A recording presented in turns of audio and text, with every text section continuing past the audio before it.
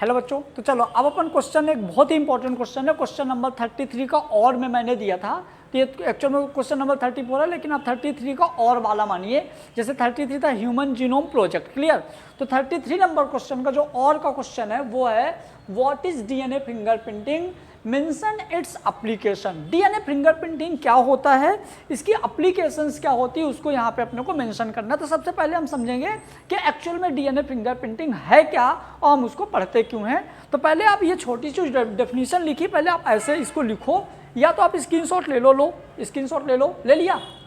चलिए यहाँ पे देखोगे कि डीएनए फिंगरप्रिंटिंग एवरी ह्यूमन, देखते हैं पहले हम डेफिनेशन देखते हैं क्या बोलता है। Every human individual is characterized by the unique print at the fingertip। तो पहले अपन इसकी ना छोटी सी डेफिनेशन देखते हैं, फिर इसकी पूरी प्रोसेस समझेंगे। तो क्या है, every human individual is characterized by the unique print at the finger tip. मतलब हर इंसान के जो फिंगर के टिप्स होते हैं वो यूनिक्स होते हैं, वो अलग होते हैं। The study of fingers palm and sole print is called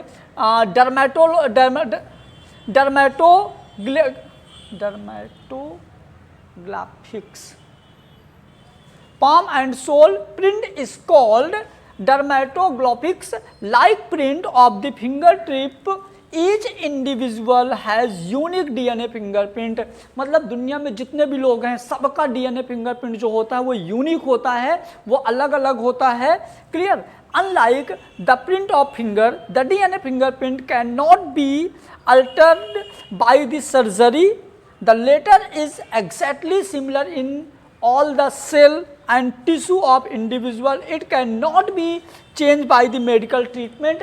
मतलब जो डीएनए फिंगरप्रिंटिंग होती है आप उसको किसी भी मेडिकल ट्रीटमेंट के थ्रू चेंज नहीं कर सकते, वो हर इंसान का अलग अलग और यूनिक होता है, क्लियर। तो ये हो गया डीएनए फिंगरप्रिंट की। आप इतनी डेफिनेशन लिख देना, एमपी बोर्ड में बहुत ज़्यादा डीप जाने की जरूरत नहीं है। अब एक्चुअल में जो डीएनए फिंगरप्रिंटिंग होती है इसकी प्रोसेस क्या होती है, हम देखते हैं इसको कैसे प्रोसेस होता है, कैसे अपन इसको कंप्लीट करते हैं। तो इसे एक डीएनए है, डीएनए में बेटा 99.9% जो डीएनए होता है सबका सिमिलर डीएनए होता है। इनमें से 0.1% जो डीएनए है वो डिफरेंट होता है। 0.1% डीएनए है जो डिफरेंट होता है, जिसको हम सैटेलाइट डीएनए भी बोलते हैं। 0.1% डीएनए जो है वो क्या होता है, देखो 99% डीएनए सिमिलर होता है सबका, 0.1% डीएनए क्या होता है, अलग होता है, डिफरेंट होता है, जिसको हम क्या बोलते हैं, उसको हम यहाँ पे बोलते हैं क्या, सैटेलाइट डीएनए। इसमें मेनली 3-4 चीज़ें होती हैं। पहला ये होता है बेटा नॉन कोडिंग, पहला होता है नॉन कोडिंग। नॉन कोडिंग मतलब कि वो वाला डीएनए जिसकी कोडिंग में कोई रोल नहीं होता। नॉर्मली हमारा जो डीएनए होता है ये डीएनए से एमआरएनए, मतलब यहाँ पे रेप्लिकेशन और यहाँ पे ट्रांसक्रिप्शन में रोल करता है। लेकिन ये वाला डीएनए नॉन कोडिंग होता है, ऐसे कोई भी काम ये वाला डीएनए नहीं करता।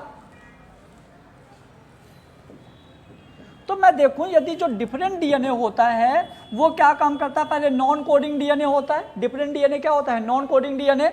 दूसरा पॉलीमॉर्फिज्म होता है। पॉलीमॉर्फिज्म मतलब कि इस डीएनए में बहुत सारी वैरायटीज होती हैं, तो इसीलिए सबका डीएनए अलग अलग होता है, तो पॉलीमॉर्फिज्म होता है।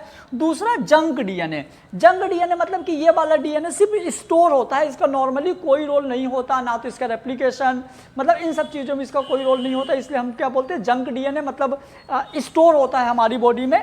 Next, repeats of this sequence. यहाँ पे जो डीएनए का सीक्वेंस होता है कभी कभी सेम सीक्वेंस रिपीट हो जाता है, जैसे ATT है ना, इस तरह से इसके सीक्वेंस भी रिपीट होते हैं। तो ये 4 पॉइंट आप डेफिनेशन के बाद लिख देना। इसके बाद इसकी प्रोसेस की बात कर देते हैं। ये सैंपल क्या हो सकता है, ये सैंपल रूट हेयर हो सकता है, ब्लड हो सकता है, सीमेन का स्पर्म हो सकता है। इस तरह से हम डीएनए के सैंपल को निकालते हैं और ये जो सैंपल निकाला ये हो गया हमारा डीएनए, जिसको हम रिस्ट्रिक्शन एंजाइम की हेल्प से इसको हम कट करते हैं। क्लियर, इस डीएनए को हम कट करते हैं रिस्ट्रिक्शन एंजाइम की हेल्प से और ये हमारे बन गए बेटा छोटे छोटे, ये बहुत सारे बन गए क्या, डीएनए के सैंपल।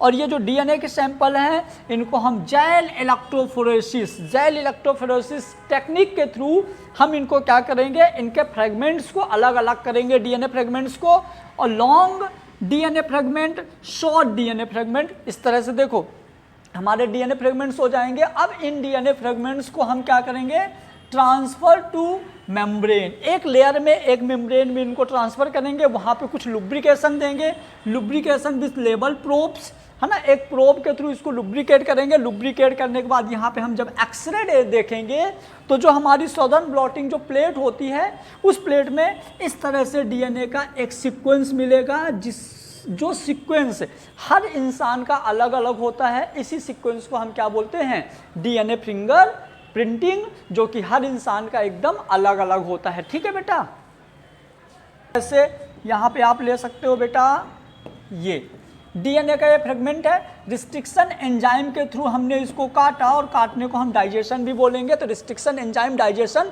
तो डीएनए के फ्रेगमेंट अलग अलग हो गए।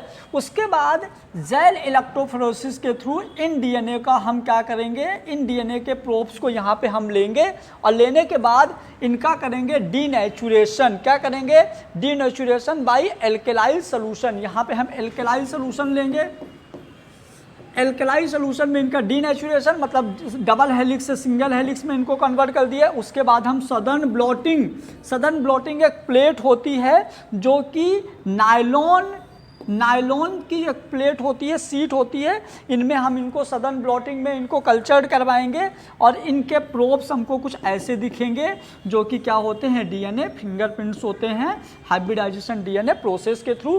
तो हमने शॉर्ट में लिया है एमपी बोर्ड के हिसाब से, अब अपन इसकी थ्योरी देखते हैं। क्लियर, कुछ पॉइंट मेंशन कर देने हैं, है ना, जिससे आपके नंबर ना कटे। तो पहला पॉइंट है यहाँ पे, the distinction of individual on the basis of DNA fingerprint is due to sequence of nucleotide in whole genomic DNA, ये वाला पॉइंट मेंशन कर देना है।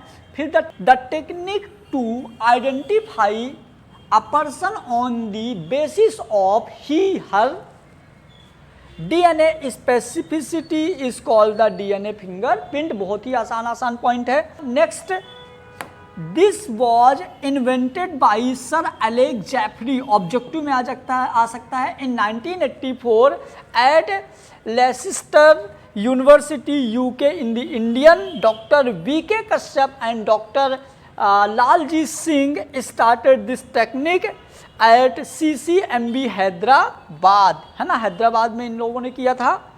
उसके बाद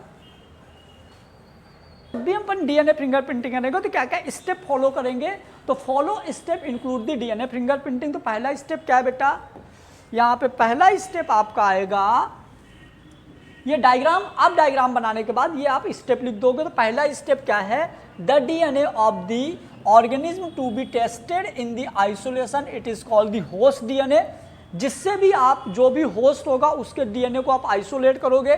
सेकंड है host DNA is cleavage, cleavage मतलब उसको कट करना। कट किससे करेंगे अपन, रिस्ट्रिक्शन एंजाइम की हेल्प से, with in the help of specific restriction enzyme into the several fragment.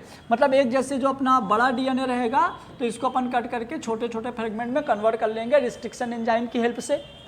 फिर double standard DNA fragment are denatured to procedure single standard DNA in एल्केलाइल treatment. मतलब जैसे मान लीजिए कि ये डबल स्टैंडर्ड डीएनए को आप एल्केलाइल सॉल्यूशन की हेल्प से इनको सिंगल स्टैंडर्ड डीएनए में कन्वर्ट कर लोगे।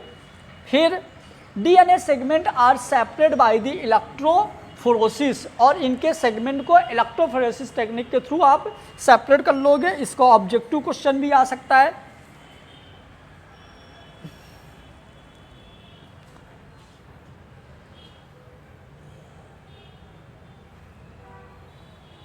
क्लियर, तो ये हो गया बेटा डीएनए। अब यहाँ पे यदि हम एक सिंपल सा समझने के लिए यदि अपन लेते हैं तो सबसे पहले देखो अपन क्या करेंगे, अपन ने यहाँ पे एक कंटेनर में यहाँ पे ब्लड है, ये डीएनए सैंपल है, क्या है, ये डीएनए सैंपल है। यहाँ से अपन ने क्या किया, डीएनए को बाहर निकाल दिया, इसके डीएनए को हमने ये बाहर निकाल लिया, ये इसके डीएनए को हमने बाहर निकाल लिया। डीएनए को बाहर निकालने के बाद हम क्या करेंगे, जैसे ये लंबा डीएनए है, ये लंबा डीएनए है, तो इस डीएनए को हम क्या करेंगे, कट करेंगे रिस्ट्रिक्शन एंजाइम की हेल्प से। रिस्ट्रिक्शन एंजाइम की हेल्प से हम इस डीएनए को कट करेंगे। कट करने के बाद देखो इसके ये छोटा सा टुकड़ा बचा, ये छोटा सा टुकड़ा बचा, छोटे से टुकड़े का हम क्या करेंगे, डीनेचुरेशन, इसका हम कर देंगे डीनेचुरेशन। डीनेचुरेशन मतलब डबल हेलिक्स को सिंगल हेलिक्स में कन्वर्ट कर दिया हमने, ये सिंगल हेलिक्स में कन्वर्ट कर दिया। इस सिंगल हेलिक्स को जेल इलेक्ट्रोफोरेसिस टेक्निक के थ्रू, जेल इलेक्ट्रोफोरेसिस टेक्निक के थ्रू इस सिंगल स्ट्रैंडेड डीएनए को हम छोटे छोटे टुकड़ों में कन्वर्ट कर लेंगे। ये छोटे छोटे टुकड़ों में हम इसको कन्वर्ट कर लिए। इन छोटे छोटे टुकड़ों को हम क्या करेंगे, शीट में, सदन ब्लॉटिंग शीट में हम इनको, सदन ब्लॉटिंग शीट में इसके हम क्या बना लेंगे, अलग अलग प्रोब बना लेंगे और इस तरह से एक शीट रेडी हो जाएगी। मैंने इसको बेसिक बता दिया हूँ, तो ये हमारा कंप्लीट डीएनए का प्रोसेस हो जाएगा। आपके लिए और भी कोई डाउट हो तो आप कमेंट बॉक्स में कमेंट कर दीजिए, आगे के सोल्यूशन आपको नेक्स्ट वीडियो में मिल जाएंगे। Thank you so much.